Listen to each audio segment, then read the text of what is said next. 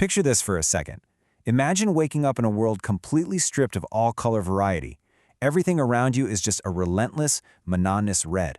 The sky, the trees, your food, all of it just red. Sounds like a total nightmare, right? Well, it's actually a pretty stark visualization of a very simple truth. Life absolutely demands variability. Nature absolutely thrives on variety.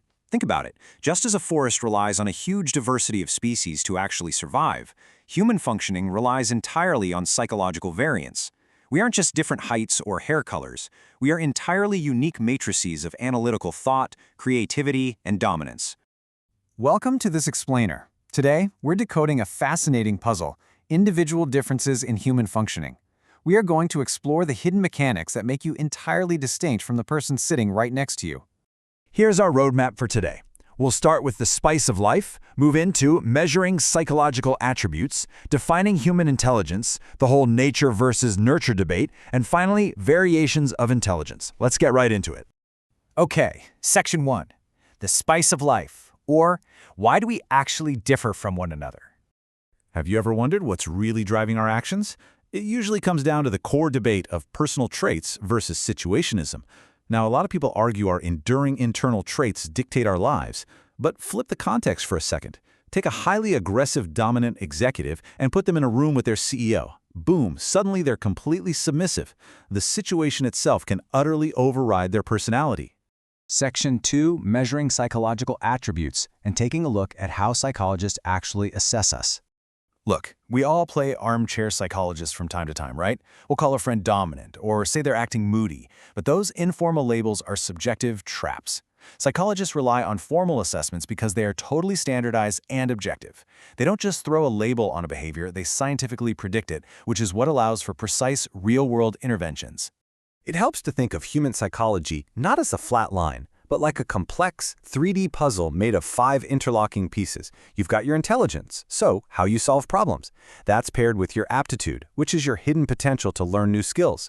Then add to that your interests that drive your career, your endearing personality traits, and finally, the deep-seated values that act as your moral compass. Honestly, you just can't understand a person without measuring all 5 of these. So, how do they measure this 3D puzzle? Psychologists deploy a really specific toolkit. They might use objective psychological tests for clinical diagnoses, or a sit-down for a classic one-on-one interview. If they need historical context, they'll build in-depth case studies. And sometimes, it's just pure observation of natural behavior, or relying on self-reports and diaries to get straight into a person's inner thoughts. Section 3. Defining human intelligence, taking us well beyond just common sense.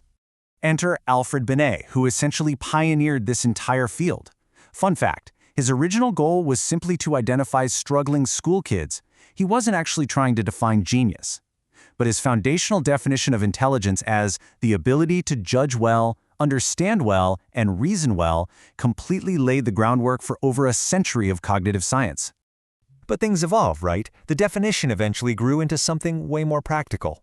David Wexler, and you've probably taken or at least heard of his tests, shifted the entire focus to adaptability. It wasn't just about internal reasoning anymore. It became about your global capacity to act purposefully and actually deal with your environment. Under Wexler, high intelligence means surviving and thriving out there in the real world. Which brings us to Section 4, nature versus nurture, and the big question of where this intelligence actually comes from. Are we born brilliant or are we made brilliant? Modern psychology tells us it's not a battle, it's a dance.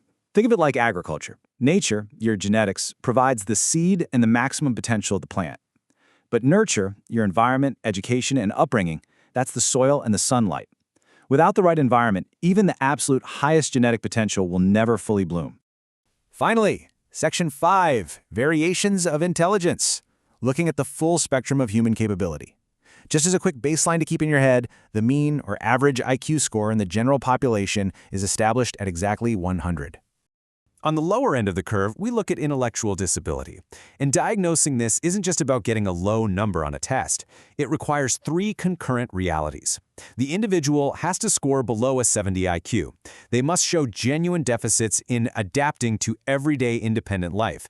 And these struggles have to be apparent during their developmental years, specifically before age 18. To put that into perspective, notice how deeply these numerical thresholds impact real-world survival. Individuals in the mild range, between 55 and 70, often live highly independent lives, holding down jobs and raising families. But cross that threshold into the severe and profound categories, falling below a 20 IQ, and the reality drastically shifts to a need for lifelong, constant institutional care. Then, if we flip to the exact opposite end of the bell curve, we find intellectual giftedness. These individuals possess incredibly rare cognitive processing power. They don't just learn things faster. They synthesize complex information and create solutions at a fundamentally different, exceptionally high frequency compared to the average population. So, let me leave you with this final provocative thought. We've spent this explainer mapping out cognitive intelligence, or IQ. But in the real world, what actually drives success? Is it your IQ helping you solve a complex mechanical puzzle, or is it your EQ, your emotional intelligence, helping you navigate tricky office politics, build deep relationships, and manage stress? Think about your own psychological attributes. Where does your true power lie? Keep exploring.